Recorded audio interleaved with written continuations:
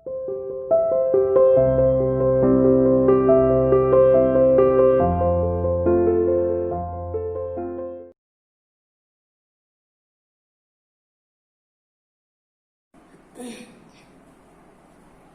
Students, welcome to CR international online classes. आज हम कक्षा 10वीं में हिंदी विषय में जो हम लेसन पढ़ रहे थे काव्य भाग का पहला सूरदास के जो पद हमारे लेसन में है। तो कल हमने बेटा 2 पद पढ़ लिए थे, 2 पद्यांश हमने कल पढ़ लिए थे और आज उसी को हम आगे कंटिन्यू करते हैं, उसी को आगे पढ़ते हैं। जो हमारा बचा हुआ लेसन है उसको आज कंप्लीट करते हैं। तो हमने पहला और दूसरा 2 पद्यांश पढ़ लिए थे।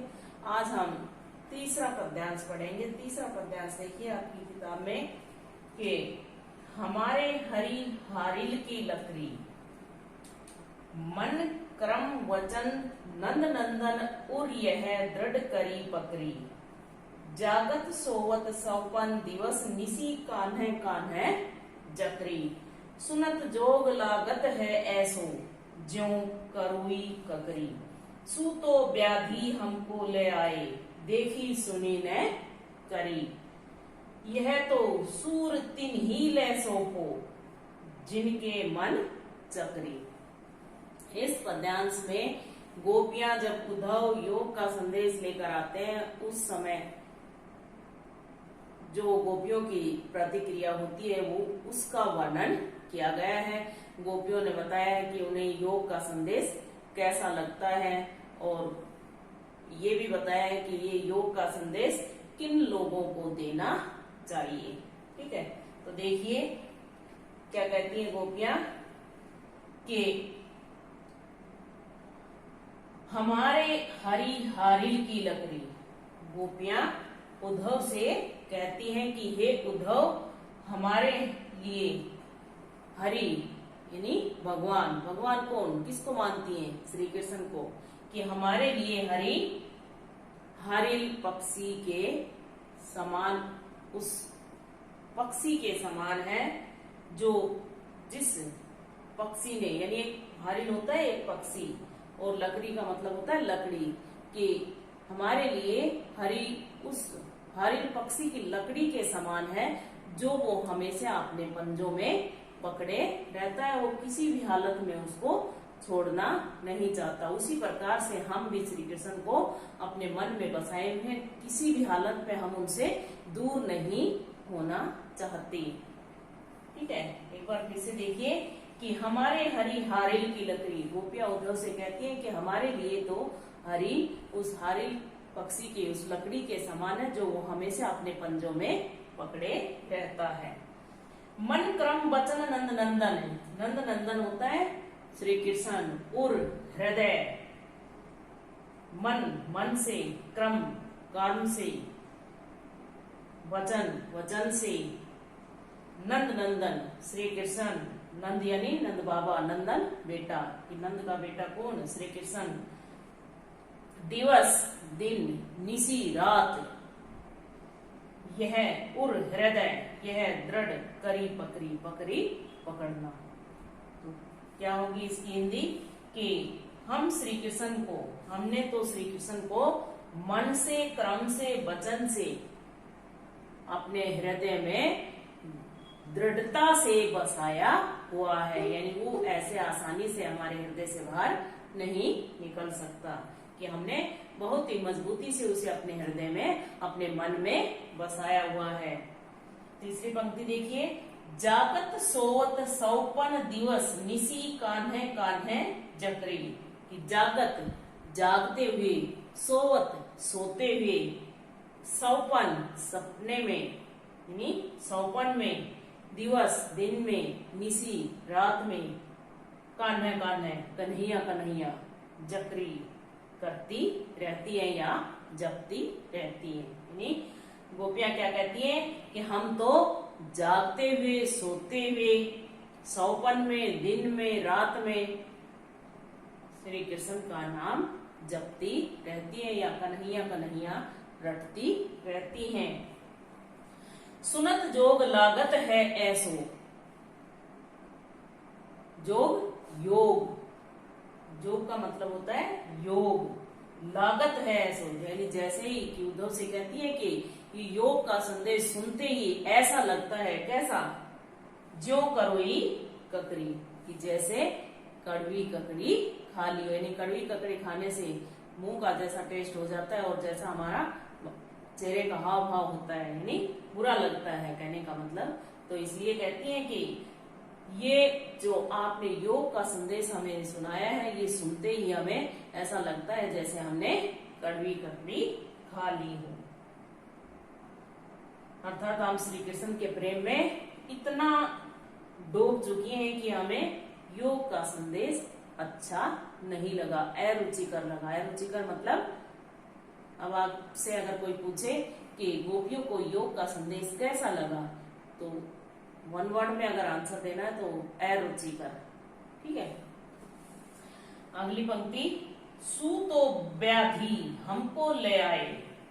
सू का मतलब वह, व्याधि होता है रोग, बीमारी, हमको हमारे लिए ले आए, देखी सुनी न करी, यानी गोपियां उद्धव से कहती है कि तुम तो हमारे लिए एक ऐसी बीमारी ले आए जो कभी ना सुनी है और ना ही देखी है। यह तो सूर तिन ही ले सोपो। अब गोपियां सूरदास क्या कहती हैं कि व्यंग करती हुई कहती हैं कि ये तो तिन्ही, उनको या उन्हें, सोपो यानी उनके लिए है ये योग का संदेश। तो किसके लिए, जिनका मन, जिनके मन चक्री, चक्री मतलब घूमता रहता है, स्थिर ना हो, यानी योग का संदेश तो उन लोगों को दो जिनका मन स्थिर नहीं है, यानी जिनका मन चक्री की तरह घूमता रहता है। यानी हमारा मन तो एक जगह स्थिर हो गया है, हम श्री कृष्ण के प्रेम में पागल हो गए हैं, हमने तो श्री कृष्ण को अपने हृदय में बसाया हुआ है, इसलिए हमें इस योग के संदेश की आवश्यकता नहीं है, हमारे लिए योग का संदेश उचित नहीं है। ये योग का संदेश तो उन लोगों के लिए है जिनका मन स्थिर नहीं है, हमारा मन तो श्री कृष्ण के प्रेम में स्थिर हो चुका है। ठीक है, अर्थात हमने तो अपना सब कुछ श्री कृष्ण के प्रेम में समर्पित कर दिया है, यानी हमारे लिए तो ये योग का संदेश बेकार है, निरर्थक है, इसका कोई अर्थ नहीं है हमारे लिए। ठीक है, अगला चौथा पैरा है, हरि है राजनीति पढ़ी आए। हरि भगवान श्री कृष्ण के लिए प्रयोग किया गया है कि गोपियां श्री कृष्ण से के बारे में उद्धव से कहती हैं कि श्री कृष्ण ने राजनीति पढ़ ली है, यानी राजनीति वो लोग करते हैं जो चतुर होते हैं, चालाक होते हैं, इसलिए वो गोपियां उद्धव से कहती हैं कि श्री कृष्ण ने भी अब राजनीति पढ़ ली है, यानी वो भी अब, एक तो पहले ही चालाक थे, अब और ज्यादा और चालाक हो गए हैं। तो कहती है कि हरि है राजनीति पढ़ी आए, कि श्री कृष्ण राजनीति पढ़ आए हैं, यानी अब उन्होंने राजनीति भी पढ़ ली है। समझी बात कहत मधुकर, यहाँ मधुकर का प्रयोग उद्धव के लिए किया गया है, यानी भौरा, उद्धव को क्या माना है यहाँ, भौरा, कि समझी बात कहत मधुकर के समाचार सब पाए, कि हम तो तुम्हारे कहते ही सारी बात समझ गए थे कि तुम क्या समाचार लाए हो, यानी कुछ ना कुछ तो गड़बड़ है, कहने का मतलब कि दाल में कुछ काला है, यानी तुम जो समाचार लेकर आए हो तो हम तो तुम्हारी बात सुनते ही समझ गई थी कि कोई ना कोई तो गड़बड़ है, यानी दाल में कुछ काला है। एक अति चतुर होते पहले ही, अति चतुर, चतुर यानी चालाक, होते थे पहले ही, यानी वो तो कि हे उद्धव, श्री कृष्ण तो पहले ही बहुत ही चालाक थे, अब गुरु ग्रंथ पढ़ाए, अब गुरु ग्रंथ पढ़ाए, और अब क्या, अब उन्होंने राजनीति का गुरु ग्रंथ और पढ़ लिया है, यानी वो एक तो पहले ही बहुत चालाक थे, अब उन्होंने राजनीति का गुरु ग्रंथ और पढ़ लिया है। आगे, बढ़ी बुद्धि जानी जो उनकी, जोग संदेश पठाई, यानी अब तो उनकी बुद्धि और बढ़ गई है, जो उन्होंने हमारे लिए योग का संदेश भेजा है। पठाए, भेजा, जो योग, यानी अब उनकी बुद्धि और बढ़ गई है, जो उन्होंने हमारे लिए योग का संदेश भेजा है। पठाए का मतलब होता है भेजा। अगली पंक्ति, उद्धव भले लोग आगे के, कि हे उद्धव भले यानी शरीफ, आगे के, पहले के, यानी पहले के लोग शरीफ थे। परहित डोलत धाये, परहित दूसरों की भलाई के लिए, डोलत धाये डोलते फिरते थे, यानी पहले के जो लोग थे वो शरीफ थे, भोले थे, जो दूसरों की भलाई के लिए डोलते फिरते थे। ऐसा क्यों कहा है? क्योंकि उद्धव श्री कृष्ण की जगह उनका योग का संदेश लेकर आए थे, इसलिए गोपियां व्यंग के रूप में उद्धव से कहती हैं कि आज ऐसा जमाना नहीं है कि दूसरों के लिए घूमते फिरे। ये ऐसा पहले होता था कि पहले के लोग इतने भोले होते थे जो दूसरों की भलाई के लिए डोलते फिरते थे, घूमते थे, लेकिन आज ऐसा नहीं है। अगले पंक्ति देखिए, अब अपने मन फेर पाहिए, चलत जू हुते चुराए, फिर से पाइए, पा लेंगी,